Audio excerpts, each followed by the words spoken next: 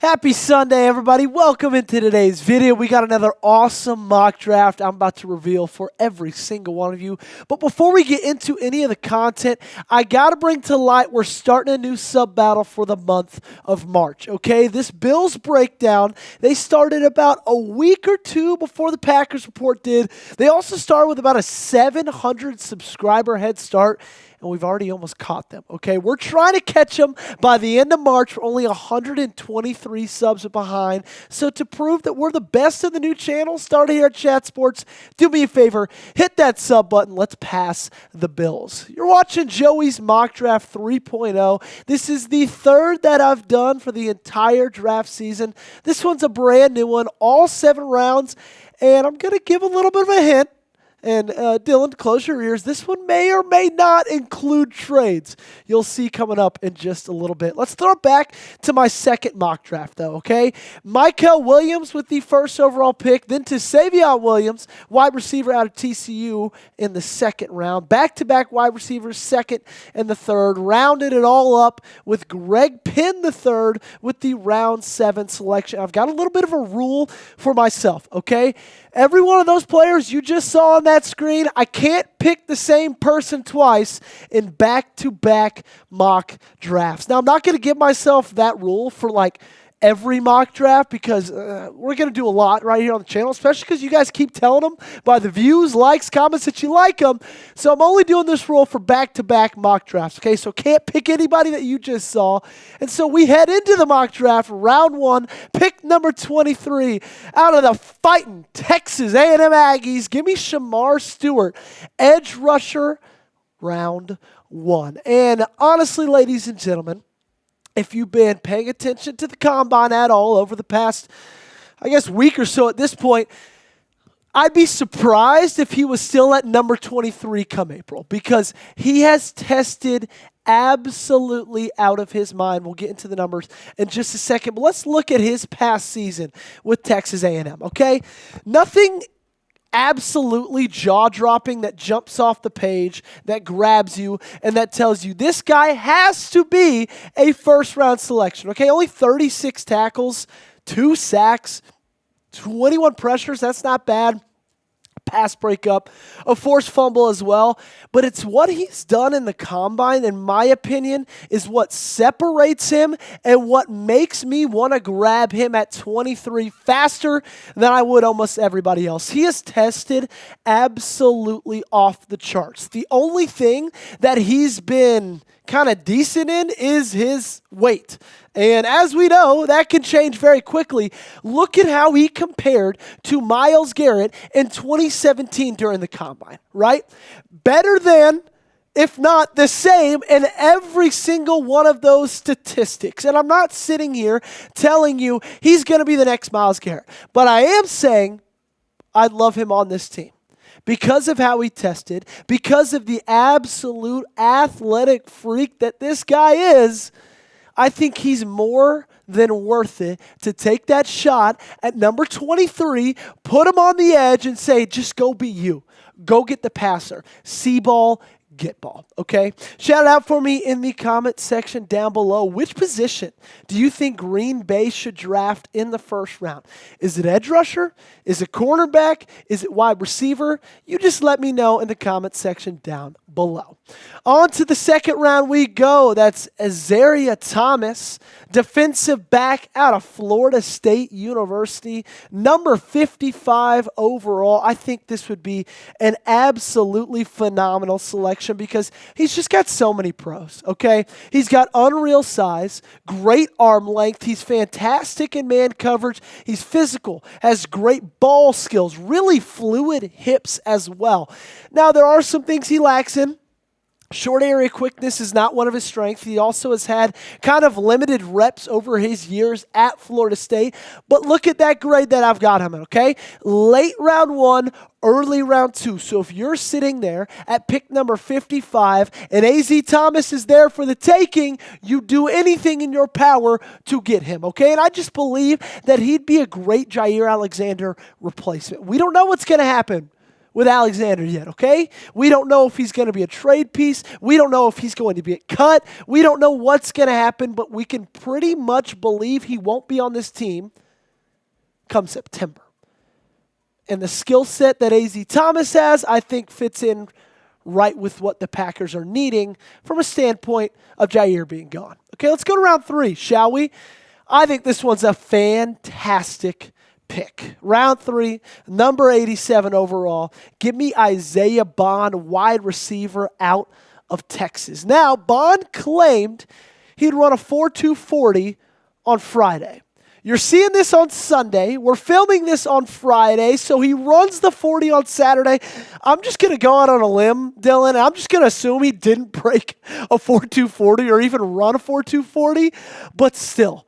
He's an absolute burner, not to mention he's got the coolest celebration in all of football, as you can see right there. He had a pretty solid year at Texas, okay? Again, nothing that's going to absolutely jump off the page. 10 touchdowns. He had 34 receptions, scored 10 touchdowns. Basically, 1 in every 3 balls he caught was in the end zone, okay? Only 2 drops as well, and I'd take the chance on Bond in the third. I think he's a little bit like a Shemar Stewart of the wide receiver room. Okay, he's going to test insanely well. He's going to be really fast. His numbers are going to be off the charts, but he's got kind of a limited collegiate production. But he's one of those guys that you say, with his athletic profile, put in the right situations, with the right head coach, with the right quarterback, with the right team, he could be a star. Okay, what say you? Do the Packers need to add a wide receiver? Give me a yes. Give me a no. Let me know in the comment section down below. I think they do. Curious to hear what you guys think. On to round 4 we go. Let's talk about Willie Lampkin, offensive lineman with the University of North Carolina Tar Heels with the number 123 overall pick. And what I love about Willie is that he has the ability to play both center and guard, okay? And what we know about this Green Bay Packers team is they excel on the outside of that offensive line. Both tackles are 2 of the best in the league. Very, very confident in the tackle play with Green Bay. It's when you look at that interior is when the offensive line kind of starts to crumble a little bit, and he can kind of be that gadget piece, moving from guard to center wherever you need him. And per PFF, this was their quote after the Senior Bowl. They said the UNC guard had a strong performance at the Senior Bowl despite measuring as one of the smallest offensive linemen in recent memory. And he is very small, around 5'10", okay? But with what he did in the Senior Bowl and what he's done in his career at UNC, I've got a lot of really strong confidence in his ability to be a great kind of backup piece in the National Football League, at least for that first year, possibly moving into a starter role in year 2 or year 3. Coming up, we've got a trade, okay? I teased it at the top. You guys have been waiting long enough. It's time to get to it, but before I let you know what the trade is actually for, I got to tell you guys, okay? Let me know if you love this Packers draft coverage by liking and subscribing, okay? We get you mock drafts every single Sunday. It's the best time of the week. But then we also do draft content in the middle of the week as well, okay? So if you love this coverage, let me know by hitting that thumbs up button and subscribing to the channel. Let's talk about the trade, shall we? So the Packers are set to have the number 167 overall pick, 5th round selection. However, I was looking at the number 160 overall pick. However, I was looking at what was there, and I just didn't feel really confident about anything that was there with what Green Bay needed.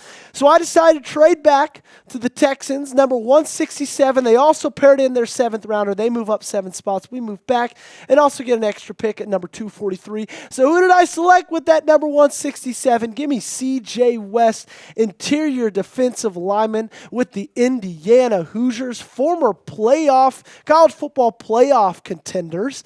And the thing I love about C.J. West is he's an athletic freak, okay? I feel like that's kind of the theme of this mock draft, is just get as many athletic freaks as you can into one class. And he ran a 4.95 40-yard dash this past, I believe it was Thursday when the defensive lineman ran. He is only the 9th defensive lineman who weighs at least 315 pounds to break a sub 5 40. And when you look at how he did on all the other test scores, really, really well. Height was really the only thing that knocked him down a few pegs, but his RAS, meaning his relative athletic score, is a 9.16, and the highest you can get is a 10. So he tested really well. I still think he's a guy you can get in that 5th round, and getting him at 5 would be a very solid selection. I think he's going to be a guy that's just a really good player in the National Football League for a lot of years. Will he ever be a Jalen Carter? No, I don't think so, but he's going to be a guy that you want on your team you can use as a really solid interior depth piece. Let's go to round number 6. Jackson Slater, guard out of Sacramento State University. They call that a breeding ground for NFL talent, I hear, over there in Sacramento State. And he kind of like the pick out of UNC I was talking about earlier, he showed out in the Senior Bowl, especially against that Power 5 competition. Okay, just like Willie did, he proved to be very, very, I guess, impressive, especially because he's going against guys like Deion Walker, the interior defensive lineman out of Kentucky, who some expect to go in the 2nd or 3rd round. He's just showing them up, okay? And Jackson's not a guy that's going to come in, kind of like Willie as well. He's not going to compete for a starting position in year 1. But he's a guy year 2, year 3, a full year or 2 into the National Football League, I can fully see starting for the Green Bay Packers. Let's go to round 7. Alrighty, we got Smael Mondon Jr., that is, out of the University of Georgia. The thing is I just am a firm believer that you can't go wrong picking Georgia, especially on the defensive side of the football. Okay, the way that Kirby Smart, in my opinion, the best football coach in the college ranks, the way he coaches his guys on defense, it's obvious that they've turned out very well. Okay, you think of all the talent and how it's translated into the National Football League. I think Mondon can be that exact same talent. Okay, 57 tackles this past year, 3 sacks, 14 pressures. He's just been a tackling machine. The last 3 years, it goes 76, 68, 57. Now, it might be a little bit of something to recognize, something to kind of keep the buzzers on and keep watch on that. He did digress tackles-wise throughout the year, but he's a physical player. He's an athletic player. I think he'd be great value in that round 7 selection.